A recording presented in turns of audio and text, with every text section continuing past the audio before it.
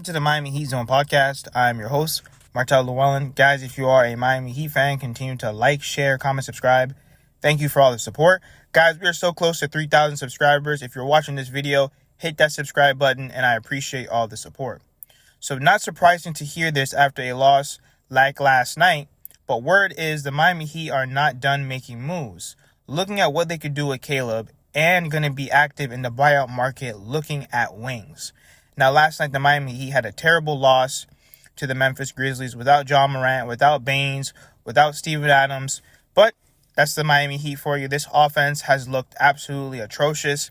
And at the end of the day, I'm not surprised that the Miami Heat want to make more moves. The time is now. The Jimmy Butler window is closing. You know, I understand that a lot of people are saying that Jimmy Butler's washed. I don't think he's washed. It's just that, unfortunately, he doesn't give 110% or even 80% during the regular season. Now, with Caleb Martin, they're not going to keep him long-term because they can't afford it. They're going to be paying Terry Rozier. They're going to be paying Jimmy Butler, Bam Adebayo, Tyler Hero. So at the end of the day, we can't just let Caleb Martin, who we pretty much have built up as a player, walk out for nothing. We did that with Gabe Vincent and Max Strus. We helped build those guys up as players, and they just walked out the door, and we got no assets in return. So if they're willing to trade him when they know they're not going to pay him, which I think it's a lot easier for us to pay a guy like Haywood Highsmith, he'll be a lot more cheaper.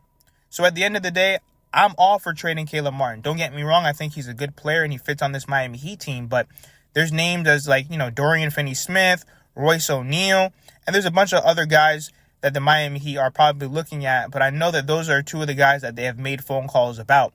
Also, too, with the buyout market, it's going to be very interesting to see who gets bought out. Maybe PJ Tucker. I understand that people will say that he's old, but he's definitely going to fit this team. He really hasn't played that much this season, so he's not going to be so tired. And I'm sure there's going to be a whole bunch of other guys that are going to be on the buyout market. So it's going to be very interesting to see who the Miami Heat really try to get.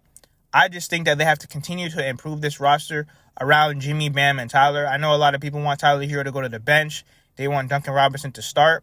I'm hoping tonight versus Celtics, Terry Rozier, he does start because we need that offensive production. We didn't bring him here for him to come off the bench. He is a baller. He's a hooper. He's a big shot maker, big shot taker, and that's what we have to lean into. And I also want Jimmy Butler to be better. The Miami Heat right now, they're 24-20, and they are 6th in the Eastern Conference. I think that they are better than the Knicks, and I think that they're better than the Cavs. I at least want to be top 4 in the East. But let me know what you guys think. Who do you guys think that the Miami Heat should trade for? Do you guys think the Miami Heat should trade for Caleb? Do you guys think the Miami Heat should trade Caleb Martin? And who else do you guys think the Miami Heat could potentially target in the buyout market? Let me know what you guys think in the comments. Like, share, comment, subscribe as we continue to push to 3,000 subscribers.